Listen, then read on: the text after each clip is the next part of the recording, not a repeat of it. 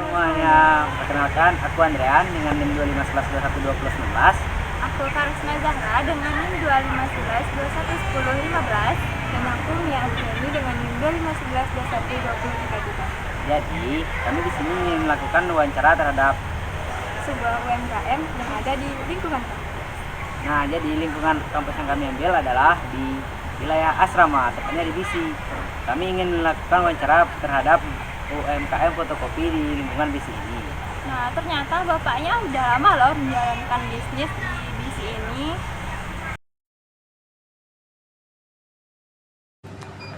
Izin ya Pak, kami ingin bertanya tentang latar belakang usaha Bapak. Yang pertama nih, bagaimana awal mula dalam usaha Bapak ini bisa dijalankan Pak? Awal mula pertama sekali Bapak itu kan belum ada istilahnya, maksudnya kerjanya dulu serabutan. Jadi karena ada dari sesuatu teman itu dan ada juga adik yang menyarankan kalau mau ndak buka usaha di kampus, katanya kampus Unan. Dulu bangunan ini belum ada nih. Belum ada bangunan itu, kayak barak aja di bawah itu. Di bawah sepanjang itu sampai ke bawah.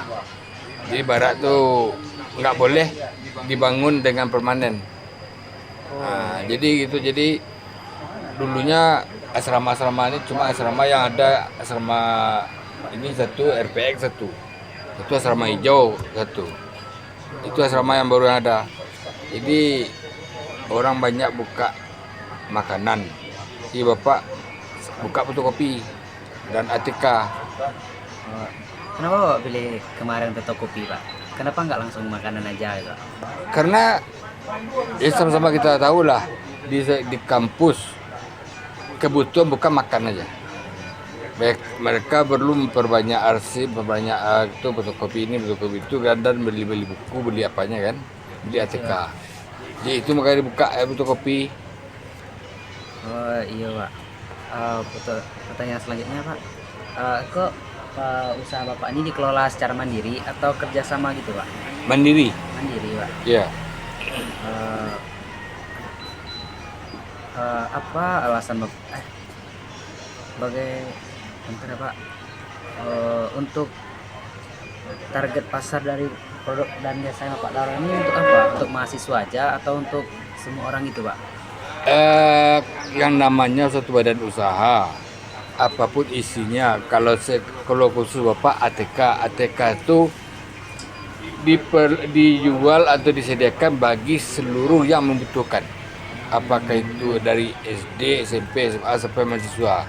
Karena kebetulan di sini lingkungannya kampus, ya pada umumnya mahasiswa lah yang mempergunakan, yang membutuhkan. Tapi ada juga satu-satu yang dari bawah, apakah itu kadang malam butuh dana SMA, SMP yang butuh sesuatu yang diperlukan, cari juga kemari. Oh gitu. Ah. Untuk pertanyaan saya, apakah dari awal ke usaha Pak ada perubahan gitu Pak? Kayak dari fotokopi dari ganti ke ini? Nggak ada. Kecil. Usaha ini dari awal, dari fotokopi lanjut sampai sekarang. Kebutuhannya lanjut sekarang. Masalahnya ada dilihat di teman di sebelahnya, ada dulu fotokopi, ada jual lipstik, jual kebutuhan wanita, ada jual Indomie, ada jual macam-macam, ada jual es krim. Nah, jadi salah satu dari usaha itu ada yang kurang, pakai modal ini untuk ini kurang, pakai modal ini untuk ini, jadi hancur jadi. Oh gitu. Nah, hancur, tidak berkesinambungan jadinya lagi. Kurang ini, ambil modal ini, masuk sini. Kurang ini, ambil modal ini. Jadi akhirnya kurang jadi macet jadi semuanya. Oh, kalau itu Pak ambil satu aja dulu Pak. Untuk pertanyaan selanjutnya boleh dilanjutkan sama teman? Boleh.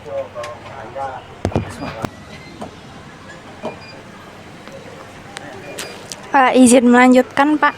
Untuk usaha Bapak ini, bagaimana Bapak biasanya untuk mempromosikannya? Apakah cuma melalui mulut ke mulut atau ada melalui media sosial Pak? mempromosikan ini nggak ada banyak, cuma mungkin ya istilahnya promosinya dari mulut ke mulut dari mahasiswa aja. Umpamanya mereka datang kemari beli tempat lain nggak ada yang dibutuhkan, datang kemari ada barangnya. Jadi mereka tuh menyebutkan pada teman-temannya, oh situ ada di fotokopi tempat itu ada barangnya, ada harganya sekian katanya. Cuma itu aja. Kalau untuk promo atau diskon gitu Bapak pernah mengadakan nggak Pak? Kalau promo nggak ada, cuman kalau ada diskon-diskon itu biasa di mana tempat itu ada. Umpamanya kalau seseorang itu belinya di atas kebutuhan dia, umpamanya beli banyak atau beli bagaimana, itu minta dikurangi, berikan diskon, itu ada. Atau umpamanya satu lokal mahasiswa, satu lokal memfotokopi atau butuhkan fotokopi buku pelajaran, ada 40 orang, jadi memberi diskonnya siapa yang membawa ngantar kemari itu gratis.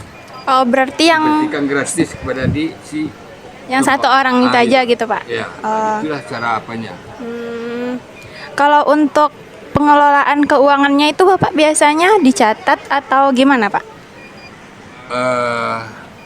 Nggak dicatat, cuma dikumpul gitu aja. Cuman untuk umpamanya ada 3 hari lagi apa kebutuhan atau ada barang yang kurang dibutuhkan, itu aja dibelikan. Cuman penghitung dihitung secara dicatat enggak gitu. Emang kayak dihitung biasa aja gitu Biasa Pak? aja gitu. Kalau untuk keuangannya itu Bapak biasanya dipisahin uang pribadinya sama uang hasil jualannya atau gimana Pak? Maksud uang pribadinya? Misalnya kan nanti ada yang belanja tuh kan Pak, terus Bapak ada uang pribadi juga di luar uang dari hasil jualannya ini. Ini dipisah atau digabung aja Pak? Dipisah itu. Untuk usaha ini Bapak pernah minjam ke bank atau gimana gitu Pak? Pernah minjam karena pas satu waktu umpamanya pada tahun ajaran baru anggaran tidak ada untuk beli ini, pernah meminjam ke bank untuk keperluan memenuhi kebutuhan dan tambah untuk bayar kontrak gitu. Kalau untuk meminjamnya udah berapa kali Pak? Meminjam di satu bank udah 2 kali. Sekarang kemarin mepet untuk beli untuk tambah bayar kontrak, enggak di bank lagi, di koperasi lagi. Di koperasi, kalau di bank ya istilahnya ada susahnya juga. Kalau mau minjam di bank, kalau kita pertama itu urus surat ini, surat itu, banyak segala macam surat. Tapi kalau koperasi enggak, koperasi ada tempat, tahu alamat, udah itu aja dikasih masuk anggota, boleh minjam, itu aja. Berarti menurut Bapak lebih efektif minjamnya di koperasi daripada di bank Pak? Sebetulnya sama-sama enggak efektif. Masalahnya apalagi khusus pada zaman saat sekarang lah, ekonomi seperti sekarang, dimanapun meminjam kita tuh merasa diburu dan dihantui oleh ansuran-ansuran. Kadang-kadang jual beli nggak sampai, susah untuk memenuhinya gitu. Kalau untuk penentuan harga jualnya gimana biasanya Pak? Itu istilahnya bagaimana ya, berpandai-pandai aja gitu. Umpamanya beli barang umpama untuk tidak mengganggu pasaran lain, umpamanya kalau umpamanya satu tempat kita itu ada 4 atau 3 atau 4 toko yang isinya sama, umpamanya kita beli sekian, cari informasi berapa orang tuh jual, kita harus samakan. Itu harus samakan, nggak boleh lebih, nggak boleh kurang. Kalau lebih kita tidak ada yang beli, tapi kalau kurang orang tuh agak nggak enak rasanya gitu. Berarti menyesuaikan juga dengan pedagang lainnya Pak? Dengan harga pasaran lah gitu. Oke Pak, untuk pertanyaan selanjutnya dilanjutkan oleh rekan saya ya Pak. Boleh? Kasih Bapak. Iya. Kira-kira selama Bapak menjalankan usaha ini, ada nggak tantangan yang Bapak hadapi dalam menjalankan usaha ini? Kayak soalnya kan banyak juga kan kayak fotokopi-fotokopi lain di sini. Iya. Jadi kira-kira tantangan apa yang mungkin ada dan strategi Bapak untuk mengatasi itu? Tantangan untuk sesuatu usaha pasti ada. Apalagi seperti beberapa mahasiswa atau seorang mahasiswa. Kalau tantangannya ya bagaimana ya? Ada juga yang fanatik lah gitu. Umpamanya fotokopi buku kayak gini. Kita nggak bisa, tapi kita akali, kita usahakan bagaimana bisa. Kalau nggak cocok, dicari kesepakatan begini bagaimana, gini bagaimana.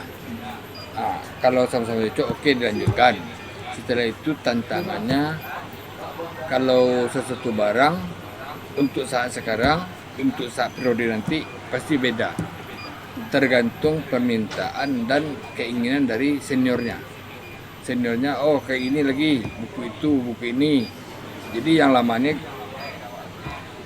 nggak apa lagi, nggak terjual lagi, cuman bikin yang baru lagi, beli yang baru lagi. Nah, itu tantangannya, cuman ya satu-satu kadang kalau ada yang ingin seperti biasa, gitu aja lah Pak, yang itu aja. Jadi ngambilnya yang lama juga. Nah, gitu. Kalau untuk selama ini kan Bapak udah menjalani usahanya nih, kira-kira selalu mengalami keuntungan atau mungkin ada kerugian yang Bapak alami? Kalau suatu usaha itu untung rugi pasti ada. Apalagi kalau melihat suasana mungkin juga cuman ada sesuatu barang yang bisa dijual rugi, bisa jadi nggak rugi. Umpamanya satu ini harga ini terlalu tinggi, orang mintanya harga sekian lah Pak, ditawar, tetapi harga ini bisa dikurangi, diberikan umpamanya berapa kita beli 75, dijual 75, tetapi di satu barang ini bisa dinaikkan. Nah, di sini harganya 25, bisa kita jual 50, untungnya bisa dilempar kemari gitu. Nah, itu caranya diputar. Jadi satu barang itu bisa rugi, tetapi dijual, dinaikkan dengan hal satu barang yang lain. Nah, itu caranya, cara penambalan atau penutupnya. Nah, penutup yang rugi gitu. Yang selanjutnya tuh mungkin tanya kayak apa harapan Bapak untuk usaha Bapak ini ke depannya? Kalau untuk mendapatkan harapan, tergantung suasana dan tergantung perekonomian. Kalau zaman sekarang, kalau sekarang seseorang berusaha untuk mulai dari sekarang, untuk maju nggak bisa, untuk turun mungkin nggak bisa. Jadi cuman mereka tuh tetap bagaimana usaha itu segitu aja jalannya gitu. Apalagi usaha di sini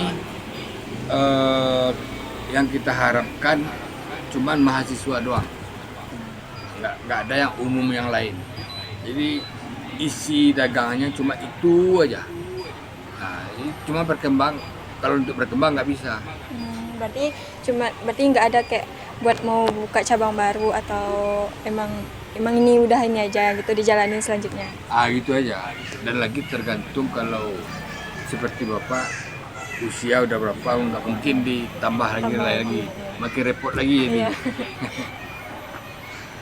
Nah, udah mungkin cuman itu Pak yang dapat saya Oke, tanyakan. ya. Terima kasih ya Pak. Iya. Jadi sekian wawancara dari kami.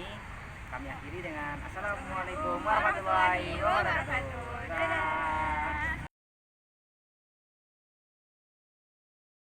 Kayaknya nggak boleh lesu kayak gitu dah. Udah harus semangat.